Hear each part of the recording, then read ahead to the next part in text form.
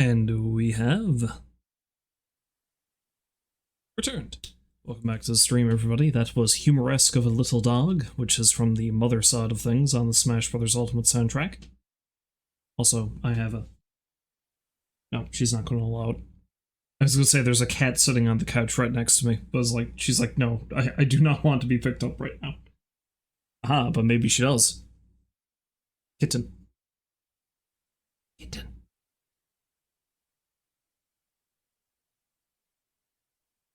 I find it hilarious that she lets me pick her up like this. Like, she's purring right now, it's weird.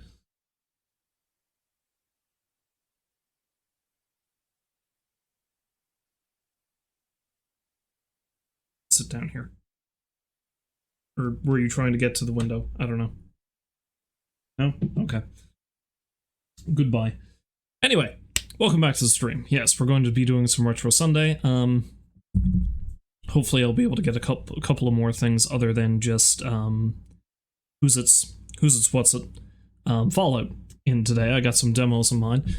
Before we actually begin with any of that, though, I did allude to the fact that I had something I would like to talk about last time I streamed, and that would be, as I'm sure a lot of you have seen at this point, the Nintendo Direct that aired a few days ago. And see, I'm gonna level with you. I don't fully agree with some of the shit Nintendo does sometimes. I believe I had a little chat a while ago about the fact that they were one of the major companies that raided Vim's Lair, the, tried and true emulator side a while ago. But that being said, all the same, when it comes to actual console gaming these days, I have no interest in buying any system from either Sony or Microsoft anymore. Like, I hardly ever had any interest in any of Microsoft stuff to begin with, but I was always more of a PlayStation guy after, the PS1, well, especially the PS2. But, I can't think of a single game on either system that I truly want to play, like, that I want the system for, The only one that I can think of is, the Demon's Souls remake that's on PS5. That's the only game I can think of that I'd want a PS5 for, because as far as I know, I'm not going to be able to get that on anything else. But I don't think that's enough to justify buying an entirely new system. Anyway. However, when it comes to Nintendo, like, at the very least, I know that there's always going to be something on their systems that I enjoy that I can only get on one of their systems. So, hey, So, all that comes right back to the Direct. I do love that in the video they had posted for the entirety of the Direct, I didn't watch it live, I'll watch it after the fact because, I was working. But in the comment, in like the description of the video, they specifically said in great big capital letters, there will be no information about the new Switch console in this video. So I love that they got that out of the way right at the very beginning. It's like, no, we're not talking about a new console right now. And I appreciate that, because, basically the Switch is more or less at the end of its lifespan at this point. It still boggles my mind to think that it came out in 2017, like it's been that long ago since it came out. To me, it still seems like it's something that's relatively new, but, time is an illusion these days. But I do love the fact that everything that they announced during their Direct is basically stuff that's coming out this year. There's only 2 games, I think, that they showed that they're like, okay, this is coming out sometime in 2025. Everything else is 2024. One of the things that they said was coming out in 2025 is Metroid Prime 4, which they finally actually showed some video of. Because I think they just showed a logo of it like 4 or 5 years ago, and that's it, that's the last we heard of it. Because this game has been in the works for almost the entirety of the Switch's lifespan, if I remember correctly, the way they had that set up. But that's cool. I'm always happy to see more Metroid. The Metroid series was left fallow for years, and then all of a sudden the past couple of years they were like, no, we can do more stuff with this. Let's do more stuff with this. And then we get like Metroid Dread and the Metroid Prime remake and stuff like that. So that's cool. I appreciate that. What else? Oh yeah, Mario and Luigi Brothership. Looks fantastic. I can't wait to see that. I can't wait for that game to come out. That's coming out in November, I think? So that's cool because I love the Mario and Luigi games. I love the Mario RPG games in general, despite the fact that I haven't played a lot of Paper Mario, which is weird. It's odd for me to say that, but there we are. But the Mario and Luigi games I love. Like the very first one on the Game Boy Advance, one of my favorite games. What else? Oh yeah, the other thing to say about that is, like, you know, people who are a fan of that style of Mario game, they're eating well, as they say, this year, because let's see, that's coming out in November. We got the remake of Thousand Year Door, and earlier in the year we got the remake of Super Mario RPG. These are all things that nobody expected was going to happen, so, you know, that's cool. Speaking of things nobody was expecting to happen, there's a new... Excuse me while I have a frog caught in my throat. Ribbit, ribbit. Like something, speaking of things nobody was expecting, I don't think anybody was expecting that as soon as September we're getting another Legend of Zelda game. And that's a crazy, crazy thing to think about, because I think this is the most Zelda we've gotten on any one Nintendo system, if I'm not wrong. Because, just think about it, we got Breath of the Wild, then we got the Link to the Past remake, which was a remake. They rebuilt that game from the ground up. It was amazing. I still say that's one of my favorite Zelda games now. Then we got Tears of the Kingdom. And now we're getting this new one called Echoes of Wisdom, where for the first time, well, not really the first time ever, because we gotta remember, you were able to play as Zelda in the really weird CDI games that came out for the Philips CDI back in the day. And I suppose the not really Zelda game Cadence of Hyrule, the crossover they did with, Crypt of the Necrodancer, that's it. You can play as Zelda in that as well. But yeah, it's a Link's Awakening style looking game where you're playing as Zelda, and the main ability is you just duplicate stuff and keep throwing it down everywhere.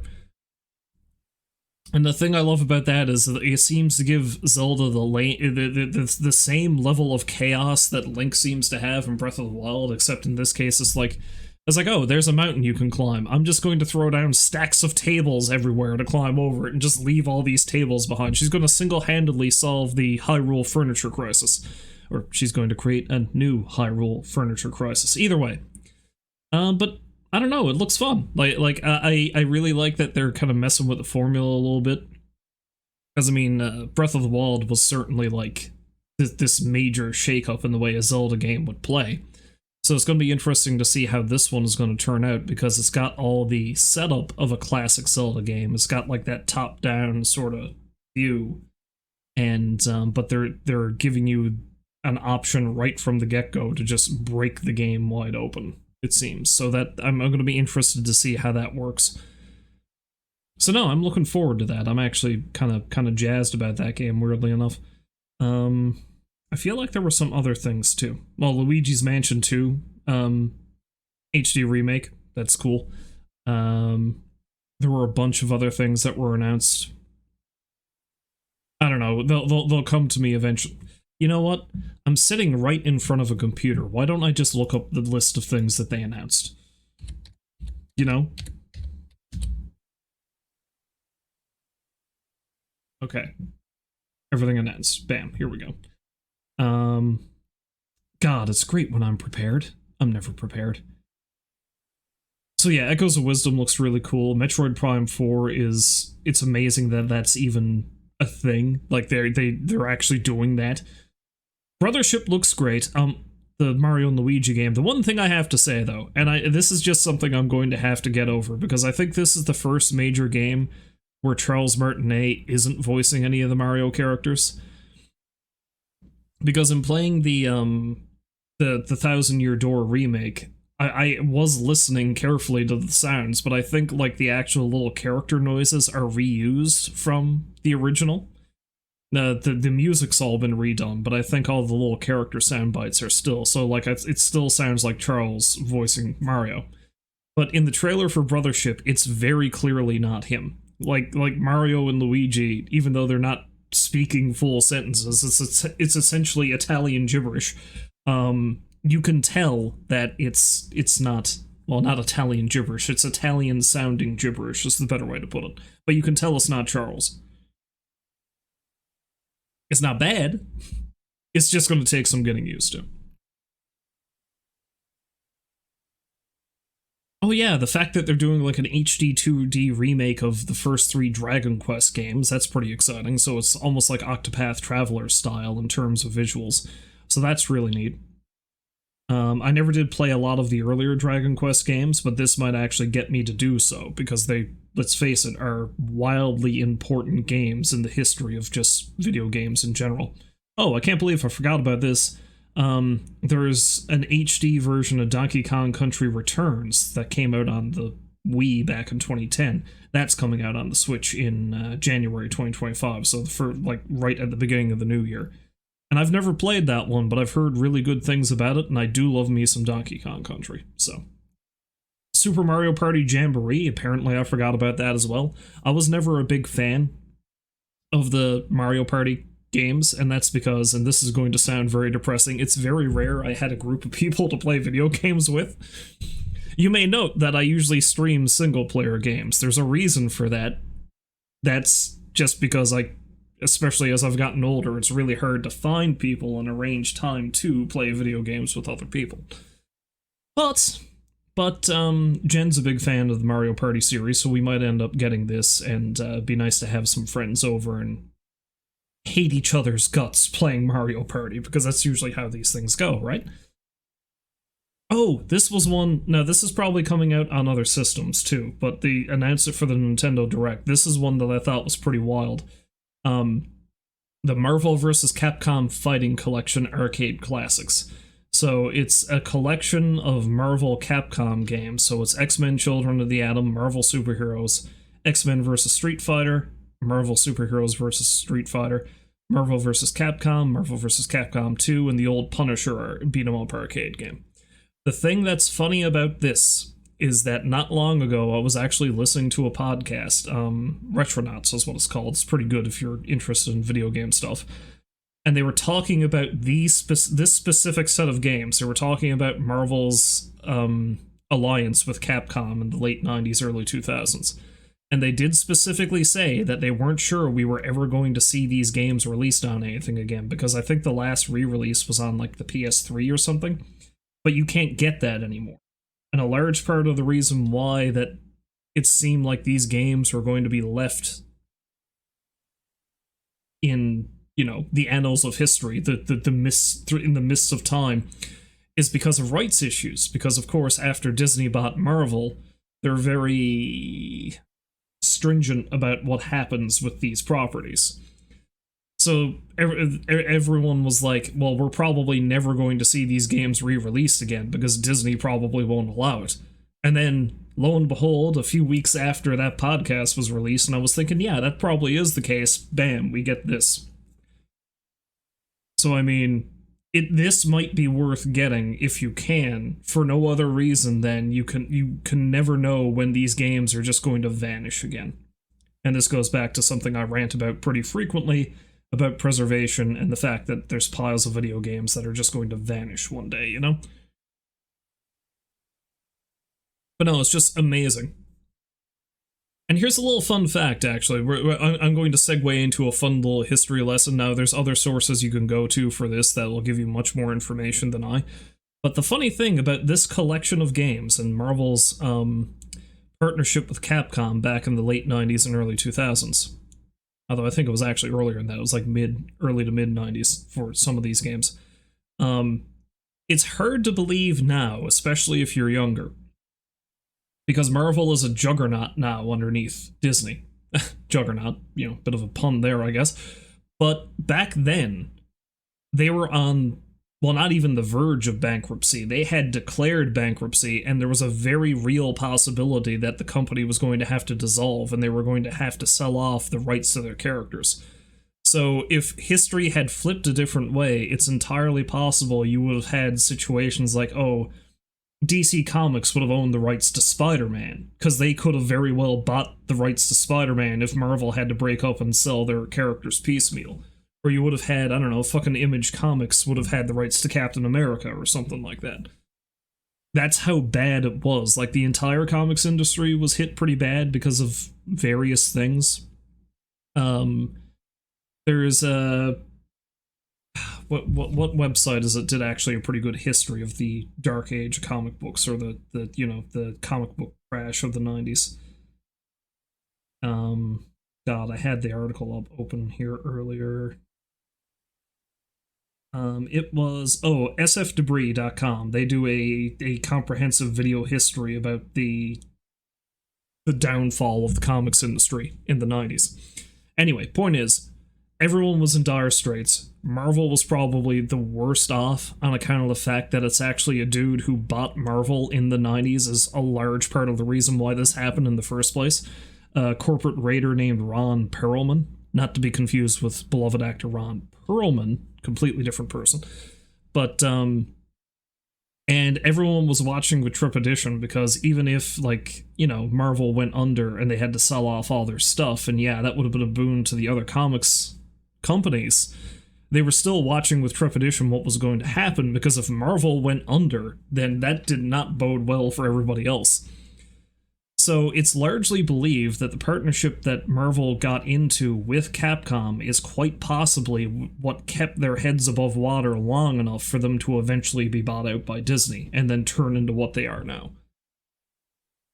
Because Capcom also wasn't doing overly hot at that time period, but they were, like, you know, still churning out enough hit games that they weren't in anywhere near as much danger as Marvel was. Because think about it, this is the time where they were releasing a lot of the Mega Man X games, and, you know, they were varying of quality, but a lot of the earlier ones that released on the PlayStation were great. This is when Resident Evil really started taking off.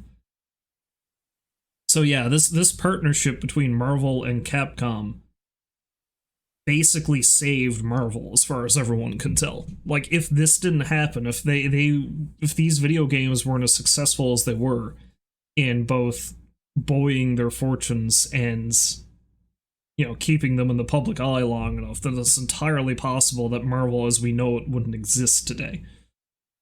Anyway, that's just a long-winded way of saying I'm actually surprised that these games are being released again, because corporate shenanigans. Anyway, that's a discussion for another day. Let's move on to the rest of the announcements. Okay, the Nintendo Switch Online thing are releasing the Link to the Past 4 Swords Adventures, Zero Mission, Perfect Dark, which is amazing, and Turok on their thing. I don't have the fully upgraded version of Switch Online. I might get it one of these days, because they do have a number of things released on there I wouldn't mind playing. What's a couple other ones I found? Oh, this was one I found hilarious, which further goes into what I said about I don't see any reason to get any other system other than a Nintendo system. Because number one, the fact that there's a Lego game, a Lego-based game of the Horizon series coming out is a weird, wild idea to begin with. But the fact that it's coming out on the Switch is even crazier, because that's a Sony game. It's developed by an in-house PlayStation developer, I believe, or at the very least, they're the ones who created Horizon, you know? So it's like, I never thought I'd see the day when you would assume would strictly be a PlayStation game is going to come out on a Nintendo system. What a time we live in. Oh, there's also this weird Animal Crossing style game, except you play as a hobbit in the Shire. It actually looks really interesting. I wouldn't mind checking that out someday. Speaking of Animal Crossing, there's another Animal Crossing style game, except it's Hello Kitty branded, that's coming out, so that's a hell of a thing. What else?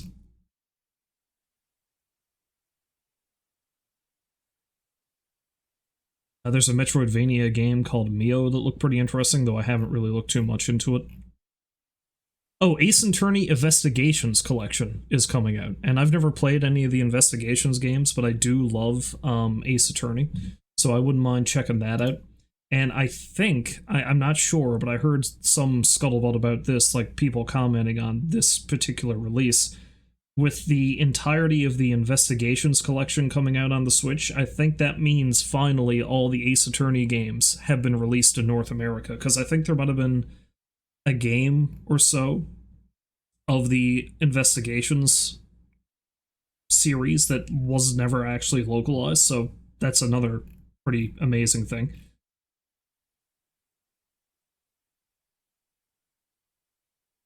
And okay, there's a few other things, but that's about it that I can think of right now. But yeah. But no, all in all, considering this is a system that's at the tail end of its lifespan, that's a lot of stuff that they announced for it, you know? A lot of big stuff, a lot of first-party stuff as well. I mean, Jesus, another Mario and Luigi game. That's big news, right?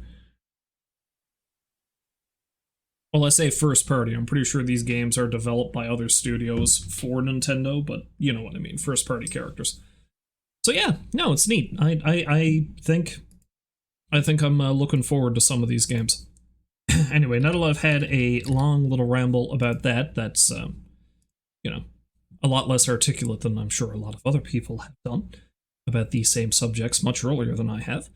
Let's actually go on to the main event here, which is, of course, Fallout. And let's hope I don't get myself horribly murdered repeatedly, like I did last time I played this. So, I think I need to switch over to the stab? Yes.